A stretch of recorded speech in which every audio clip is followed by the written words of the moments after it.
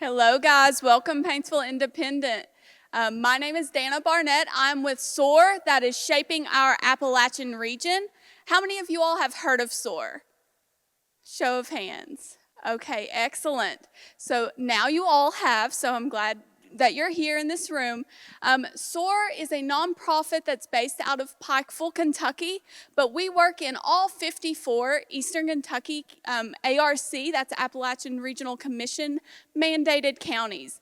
And my name is Dana Barnett. I'm the Startup Program Coordinator for SOAR Innovation. And SOAR Innovation is the innovation hub for the Kentucky Cabinet of Economic Development. And our main goal is that you have the support that you need to learn about entrepreneurship and to be able to start your own business and thrive and stay here in Eastern Kentucky. And so with this program, we are with an Appalachian Regional Commission Power Grant. And what that stands for is Partnerships for Workforce and Economic Revitalization. So our whole goal is to offer you programs and opportunities to learn about entrepreneurship. How many of you know what the word entrepreneurship means? Okay, a couple. Yeah, so entrepreneurship is just the ability to solve problems using critical thinking and have it in a commercial type market. So starting a business, running an operation, providing a service or a value to your community as part of your job. And so entrepreneurship can be done across any and all disciplines. So no matter what you're interested in, whether it be video games, whether it be manufacturing, maybe it's construction, or maybe it's becoming a doctor, maybe it's becoming a lawyer. Entrepreneurship and entrepreneurial thinking applies directly to all of those interests and areas. And our team, I have Miss Barbara Gay here with me. She's the program manager, and Devaney Rodwan, our outreach coordinator.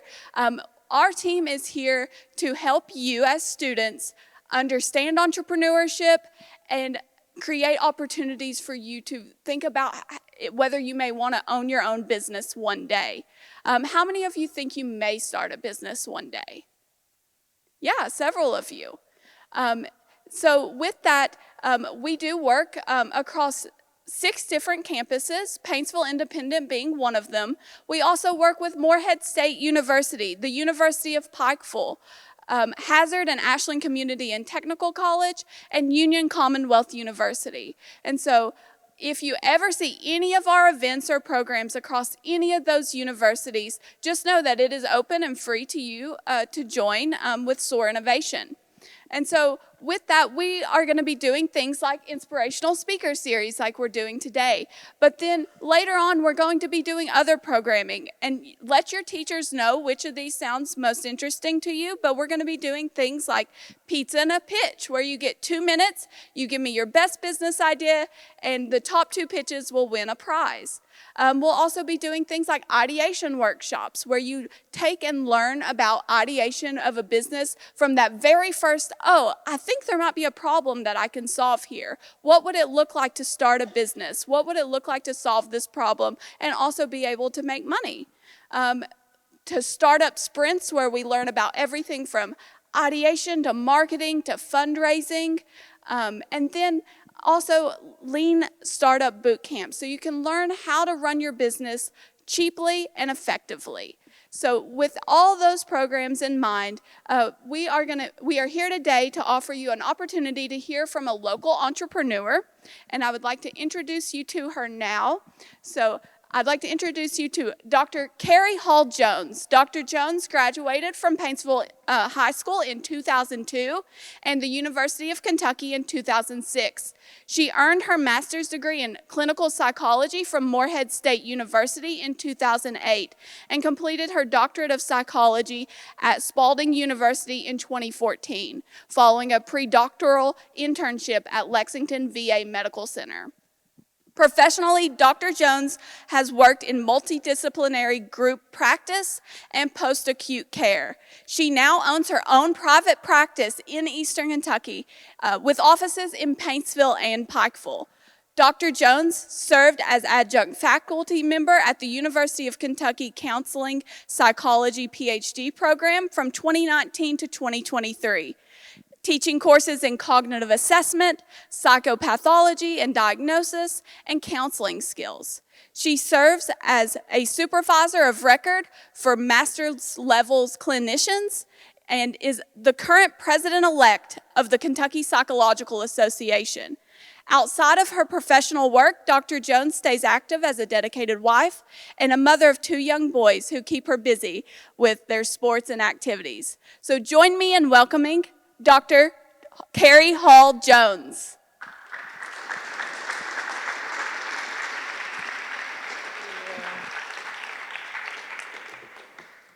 Hello, good afternoon. Am I loud? Is this loud?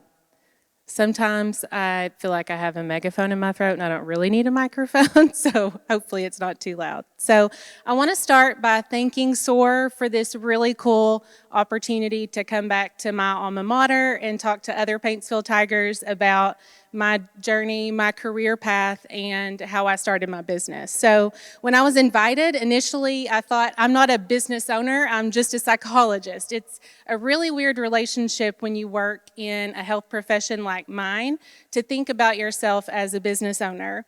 But as I'm talking today, you'll notice a theme of identifying what the most important thing is to you and keeping the most important thing the most important thing.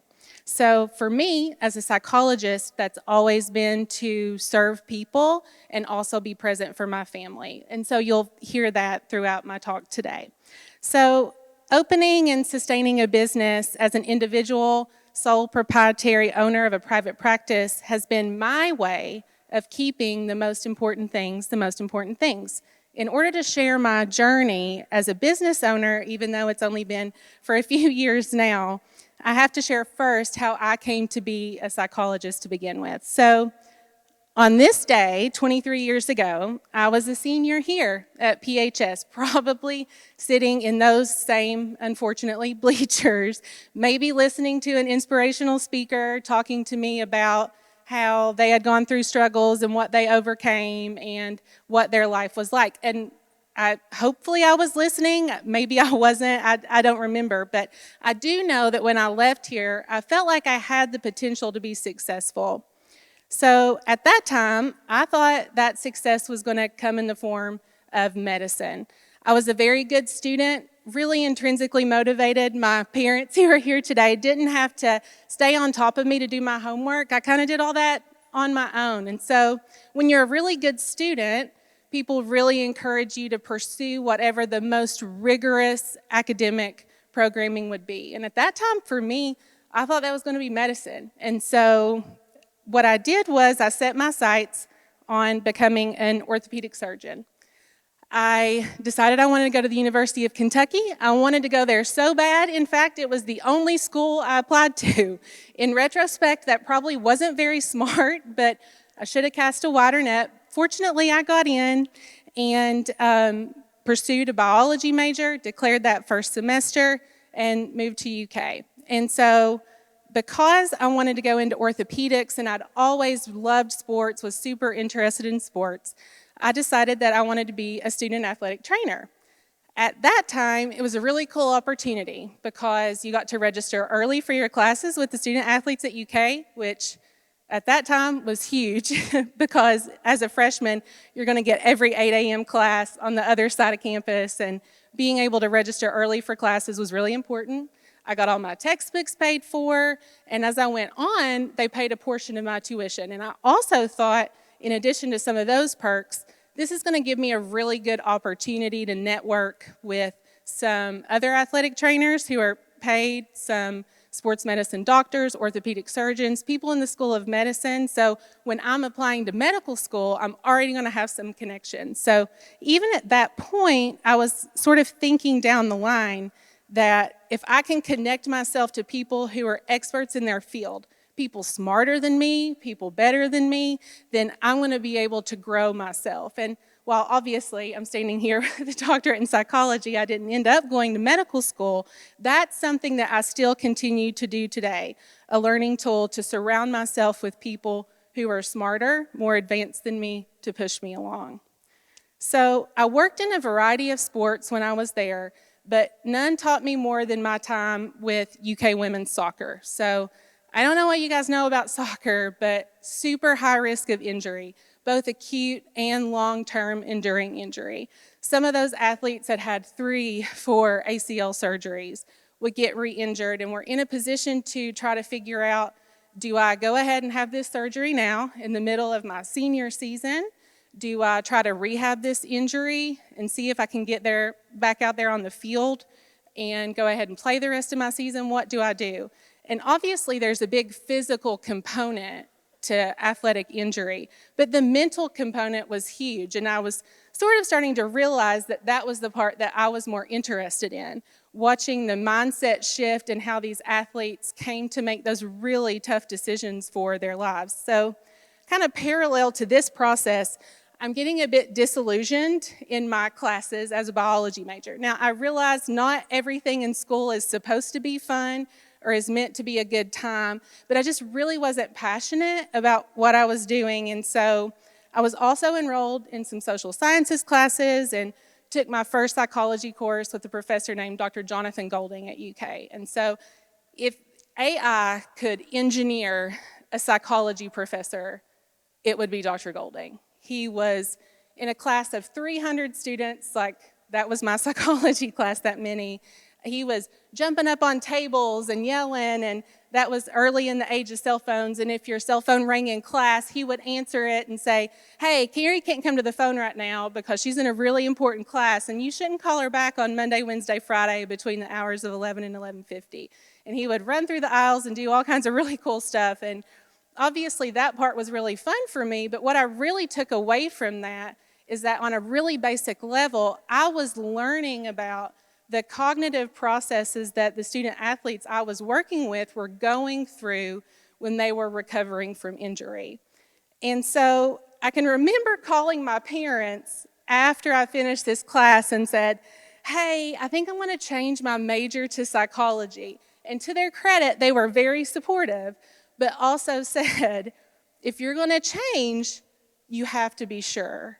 Because when you change, it can really delay your graduation time and can push things along. So if you're sure, go ahead and do it. And I wasn't 100% sure even of what I could do with a psychology degree or how it might play out for me, but I knew that I'd never been more excited about anything that I'd learned up to that point. So the greatest power that we have is the power to change our mind.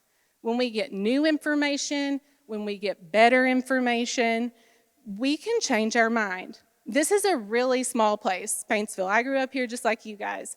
And everybody here knew that I wanted to go to medical school.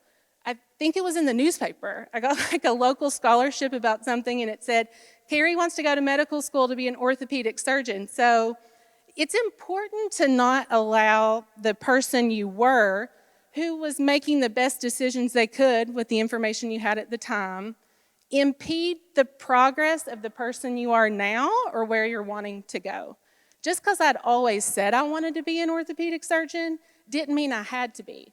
I found something else. It was a better fit for me, and it didn't matter what I said before because I knew better now what was right for me. I was really fortunate that at that time, and I hope they still do, UK offered a course for psychology majors that was basically like, what can you do with this degree? It's a really, popular major. And so I knew from that class that I couldn't do any clinical work, which is what I wanted to do with a bachelor's degree. I was gonna have to go on and get a further education. So I wasn't 100% confident in what my application would look like if I wanted to go ahead and get a doctorate degree. So I joined some research labs to add to my CV and went ahead and applied for master's programs. I went to Moorhead. It was a wonderful program. The step up from undergraduate to graduate training was bigger than I ever could have imagined. It pushed me a lot. I had to study really hard. I read more than I'd ever read in my entire life.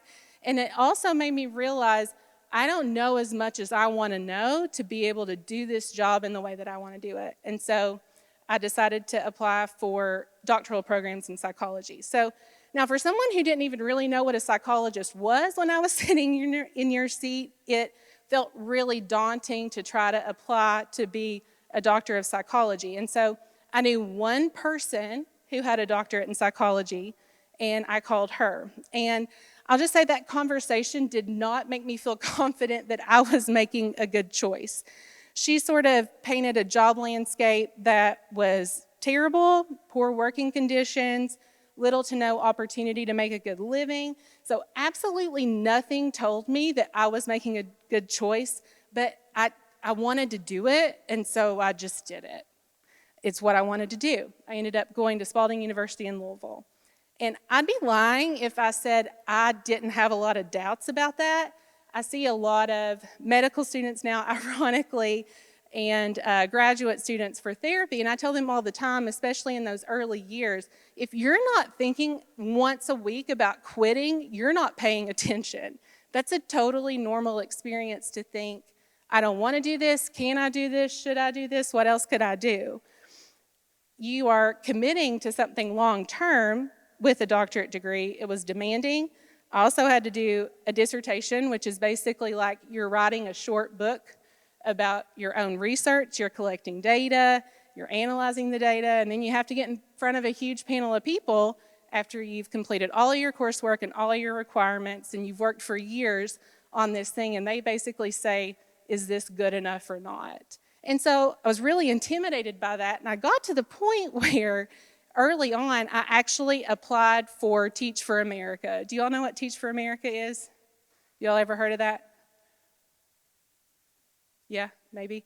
So for those that don't know, Teach for America is a program that they put you in underserved schools across the country to be a teacher, to enhance their education. And so I was so doubtful that I applied for that. I kept getting passed to the next round and the next round and the next round. And then finally the point came where I was going to have to go somewhere and interview. And I thought, what am I doing? I don't want to do this. I just wanted to escape the discomfort of being up against something that was new and unfamiliar and really hard. And so once I realized that hard work is just kind of a part of it being worth it, my outlook changed a little bit. I was a little bit more willing to make connections with classmates and find a mentor in my graduate program and do the things that I needed to do to be successful in that program. And so I finished my internship. I secured my first big kid job, so to speak, at a really big multidisciplinary practice in Lexington with psychologists and social workers and psychiatrists and lots of great professionals. And things were moving along great, except for that tiny part that I mentioned about the dissertation, which I had yet to complete. And so I hadn't finished it. I was enjoying my clinical work. I was newly married, was working a lot of hours, and it was really hard. I was avoiding it because I knew it was going to be hard to get done. I had a few pep talks from family, friends, my mentor, Dr. Danielle Stevens-Watkins, and I finally got across the finish line in August of 2014, a full 2 years after I had completed all of my coursework. So I knew that I would always want to work for myself eventually, and I couldn't do that without completing my dissertation. It's what I had to do.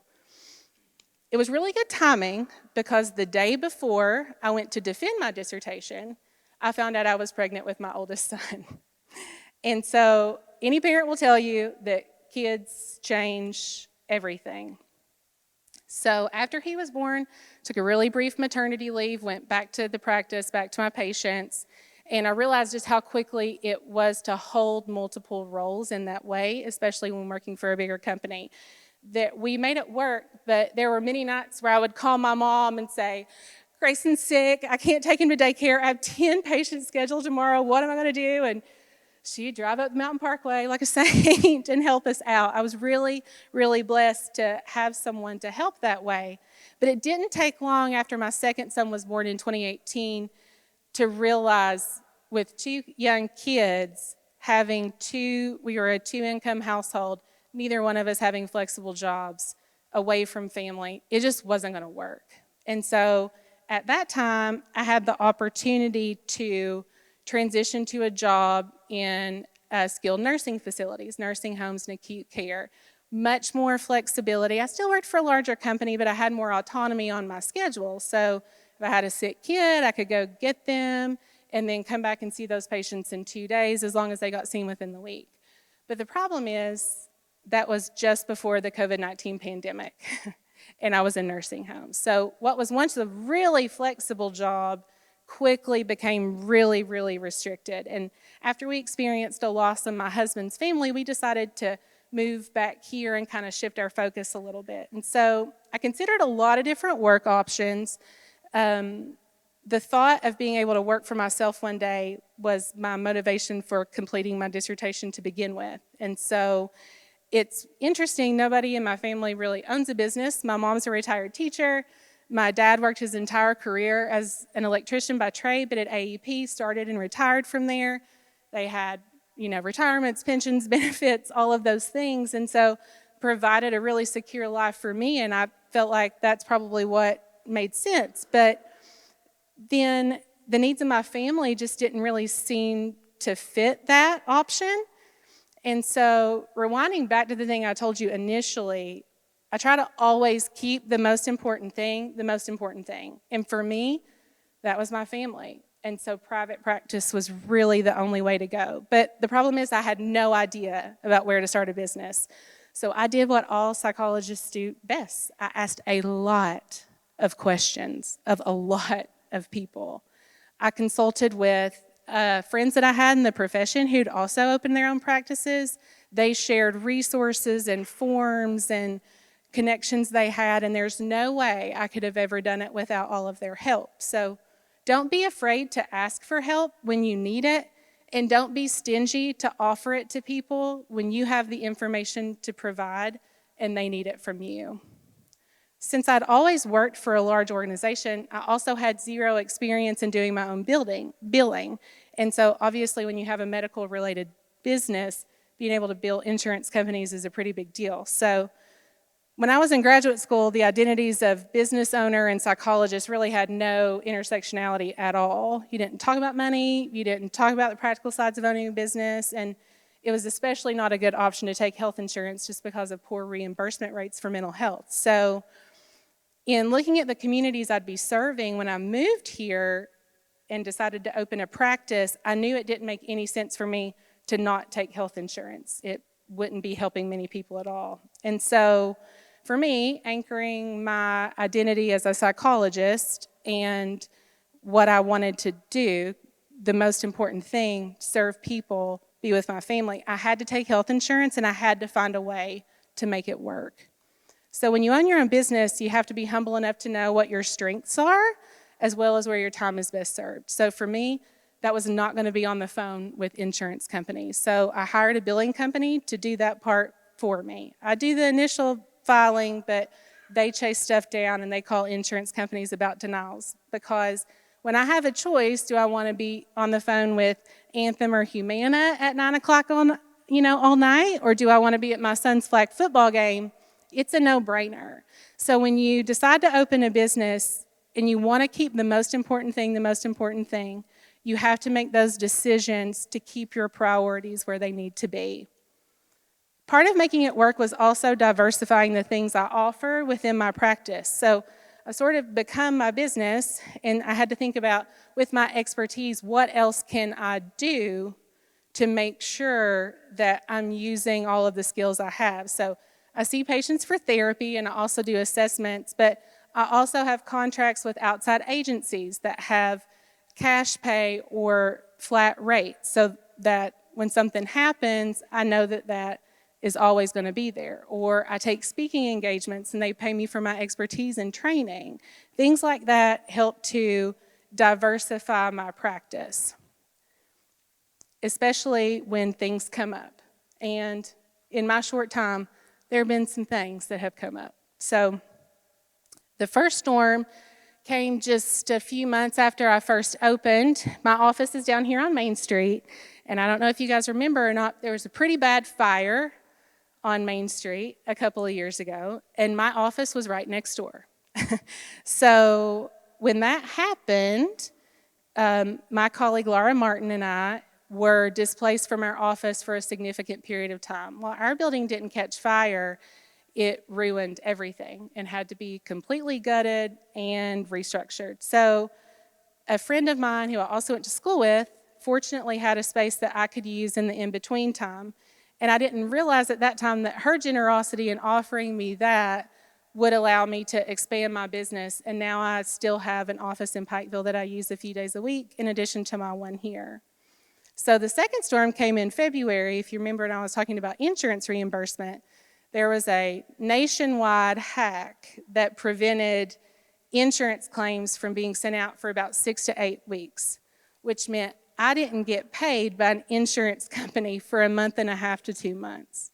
As an individual person, that's a pretty big deal. But fortunately, I'd thought about other ways to diversify my business so that if something like that happens, I have some other options to keep myself afloat. Despite these bumps in the road, I know without a doubt that opening a private practice at this time in my life was the right thing to do. It's allowed me to do the work the way I want to do it, the way I think is best for patients, and allows me to focus on what I consider to be the most important things in my life. So I don't really like to give advice, which I know sounds weird. Most people think that psychologists give advice all day, and I don't really, but what I really try to do is provide guidance and help people find and utilize the tools they already have to meet their potential. So in that vein, my parting words of guidance would be, based on my experience, that don't shy away from doing things that are difficult, even if you feel like you can't, if they're in the way of you reaching your goals. The struggle is part of the process, and often what makes those results feel worthwhile and well-earned. No time is wasted as long as you're allowing yourself to learn from your experience and make the right decisions with the information that you have at the time. Again, the greatest power we have is the power to change our mind when we have new and better information. Changing your mind, moving into a different direction, isn't a failure, it's a new opportunity. Never underestimate the power of connecting with people and building relationships. Don't hesitate to ask for help, and don't hesitate to give it. Surround yourself with people who you revere and want to emulate. You know you'll always be striving, growing, and getting better if everybody around you is better, smarter, and can move you along in the process too. There really is room for all of us. Don't hesitate to help others when they need it. Things are hard enough. We don't have to make it harder on each other. And lastly, maybe most importantly, don't forget to identify the most important thing and keep it the most important thing in your life. When you maintain your focus and live your life consistent with your values and build your business consistent with your values, you'll be successful. Thank you all.